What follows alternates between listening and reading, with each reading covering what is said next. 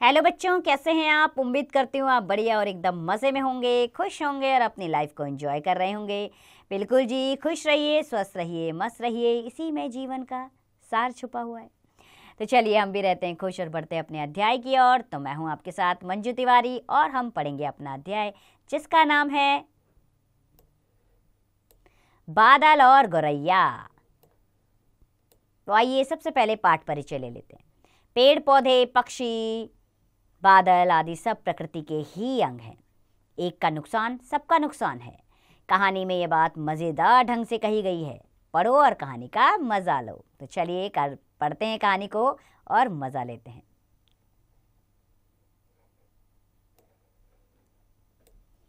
उत्तर भारत में एक साल बहुत भयानक सूखा पड़ा। गर्मी से धरती की ऊपरी सतह पर पपड़ियां जम गई, जगह जगह से मिट्टी चटक गई। अधिक गर्मी पड़ने से लोगों को आशा थी कि जल्दी ही वर्षा होगी, परंतु बारिश के आसार बिल्कुल दिखाई नहीं दे रहे थे। गर्मी बहुत लंबी होती जा रही थी। जंगल के सारे तालाब और पोखर सूख गए थे। नदियों की धारा तो पहले से ही पतली हो गई थी। सभी पशु पक्षी गर्मी के मारे बेहाल थे। पानी बरस ही नहीं रहा था। सब सोच रहे थे कि पानी के बिना साल कैसे गुजरेगा। यही सोच सोचकर सब परेशान थे। वे रोज ही टकटकी लगाए आसमान की ओर ताकते रहते। हर कोई अपने अपने तरीके से वर्षा को बुलाने के उपाय सुझाता। एक दिन उन्होंने देखा दूर बादल घिर रहे थे। बादल धीरे धीरे एक स्थान पर इकट्ठे हो रहे थे। उनका आकार बढ़ता ही जा रहा था। बादल बहुत घने और काले थे। ये माना जाता है कि यदि ऐसे बादल घिरेंगे तो जोरदार वर्षा होगी। सबको आशा बंधी कि अब अवश्य ही बारिश होगी। बारिश होने के आसार देखकर सभी खुश थे। बारिश आने की संभावना से ही वे नाचने लगे।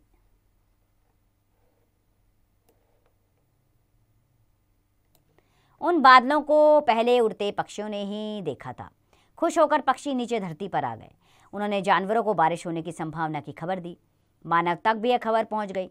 आकाश में बादलों के टुकड़े दिखाई दिए हैं। सबका मत बना कि अब जरूर पानी बरसेगा। सूखा खत्म होने के आसार देखकर ही सब खुश थे।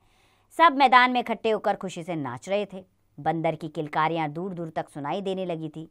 इतना सब होने पर भी गौरैया किसी को दिखाई नहीं दी।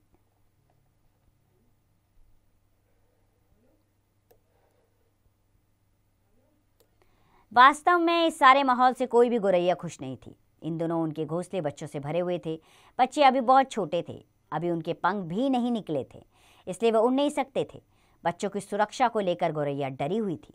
वह जानती थी कि अगर बारिश होगी तो उनके बच्चों पर संकट आ जाएगा। ऐसी स्थिति में बच्चे कहाँ जाएंगे। पानी उनके घोंसलों में भर जाएगा और उनके बच्चे डूबकर मर जाएंगे। वह सोच रही थी कि कैसे अपने बच्चों की रक्षा करे। इस बीच बरसाती बादल और घने हो गए। काले काले बादलों से उन्हें बहुत डर लग रहा था। उन्हें समझ में नहीं आ रहा था कि संकट की इस घड़ी का सामना कैसे किया जाए। खुशी के इस माहौल में कोई दूसरा पशु पक्षी उनकी सहायता के लिए सामने आने वाला नहीं था। ऐसा होना दिखाई दे रहा था। किसी भी दूसरे जीव जंतुओं को वर्षा से कोई चिंता नहीं थी। सबका ध्यान बारिश के आगमन की ओर लगा हुआ था। वे खुश थे कि बारिश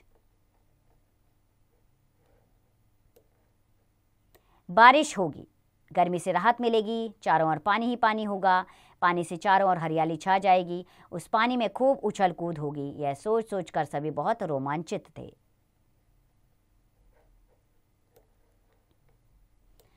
अचानक बिजली चमकी। तूफान के तेज झोंके आने लगे। सभी सोचने लगे कि अब जरूर वर्षा होगी। गौरैया किसी भी तरह से बारिश को रोकना चाहती थी। वह तरकीब सोच रही थी। उन्होंने अपनी एक आपातकालीन बैठक बुलाई। सभी अनुभवी गौरैया नीचे खुले मैदान में एकत्र हुई। तभी तूफान कुछ धीमा हुआ। बातचीत में गौरैयों को एक योजना सूझी। उन्होंने आपस में कुछ सलाह की। फिर सभी अपने अपने घोंसलों में लौट गई। उन्होंने अपने अपने बच्चों को कुछ समझाया।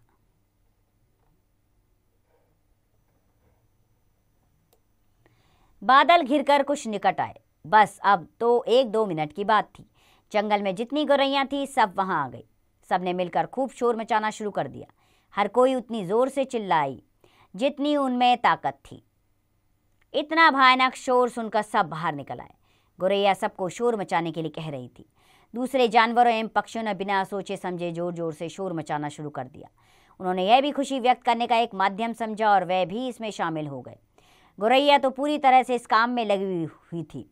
वह सब इतनी जोर से चिल्लाएं कि बादल घबराकर वापस चले गए। वास्तव में उन्होंने तय किया था कि वे अपने शोर से बादलों को भगा देंगे। बारिश से बचने के लिए उनकी यही योजना थी।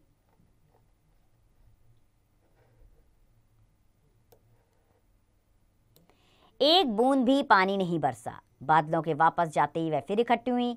अब वह जोर जोर से चिल्लाएं कि योजना सफल हो गई। योजना सफल हो गई। अब सब उनके चिल्लाने का राज जान गए। उन्हें ज्ञात हो गया कि वह सब बेवकूफ़ बन गए। सब पशु पक्षी पानी का इंतजार कर रहे थे। वे बहुत नाराज हुए। मनुष्य तो बहुत क्रोधित हुए। पर अब क्या हो सकता था? बादल तो लौट गए थे। अब उन्हें पानी के बिना ही रहना था। तब से सब गौरैया को नापसंद करने लगे। अब जब भी सूखा पड़ता है, लोग सावधान हो जाते हैं। वे गौरैया के घोंसले को सुरक्षित स्थानों पर रख देते हैं। उन्हें डर लगता है कि कहीं ऐसा ना करने पर गौरैया फिर से बादलों को भगा ना दे।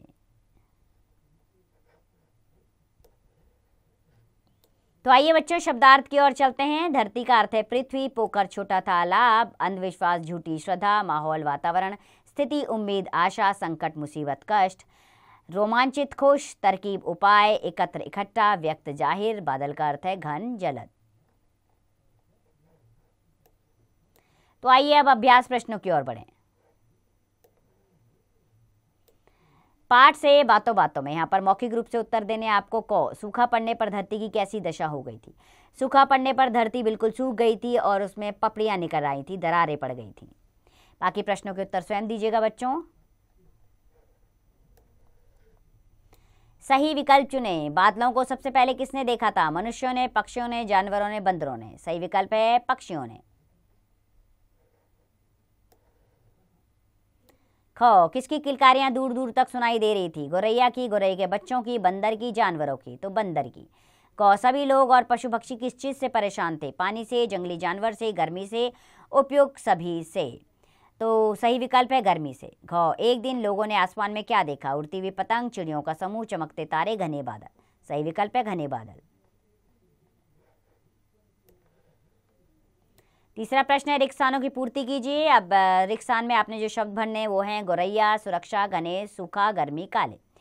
क, उत्तर भारत में एक साल बहुत भयानक सूखा पड़ा। ख, सभी पशु पक्षी गर्मी के मारे बेहाल थे। ग, बादल बहुत डैश और डैश थे। बादल बहुत काले और घने थे। घ, बच्चों की सुरक्षा को लेकर गौरैया डरी हुई थी। ड, सभी अनुभवी गौरैया नीचे खुले मैदान में एकत्र हुई।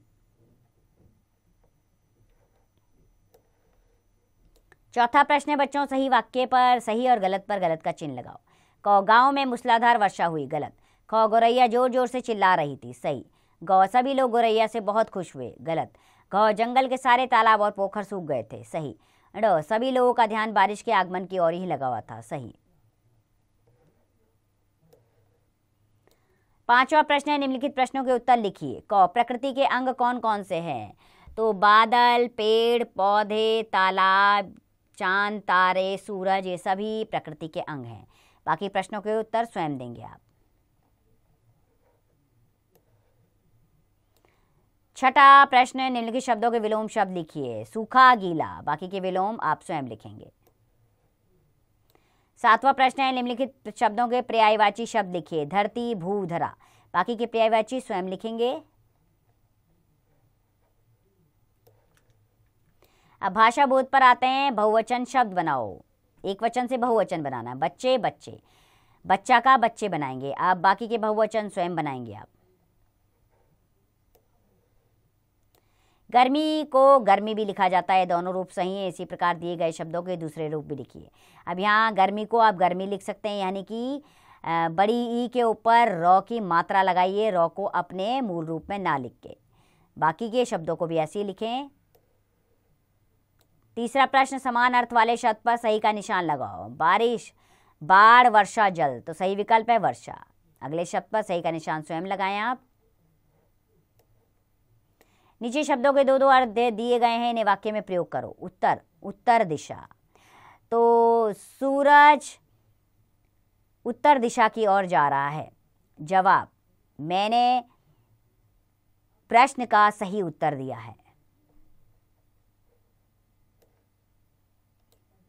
इसी प्रकार बाकी वाक्य प्रयोग स्वयं करेंगे आप। भारी और तेज बारिश होने पर सामान्य जीवन में क्या क्या परेशानी उत्पन्न होती है, कोई 3 परेशानियां लिखो। तो आप यहाँ बताएंगे कि तेज बारिश होने पर क्या क्या परेशानियां होती हैं। दाना पानी की तलाश में अपने पक्षियों को इधर उधर उड़ते हुए देखा होगा। अपने घर की छत पर या खिड़की के बाहर छोटे छोटे बर्तनों में उनके लिए दाने पानी की व्यवस्था करो तथा पक्षियों को दाना चुगने और पानी पीते हुए देखो। आपको कैसा अनुभव होता है, मित्रों के साथ अपने अनुभव बांटो। वर्षा ना हो तो धरती पर क्या होगा।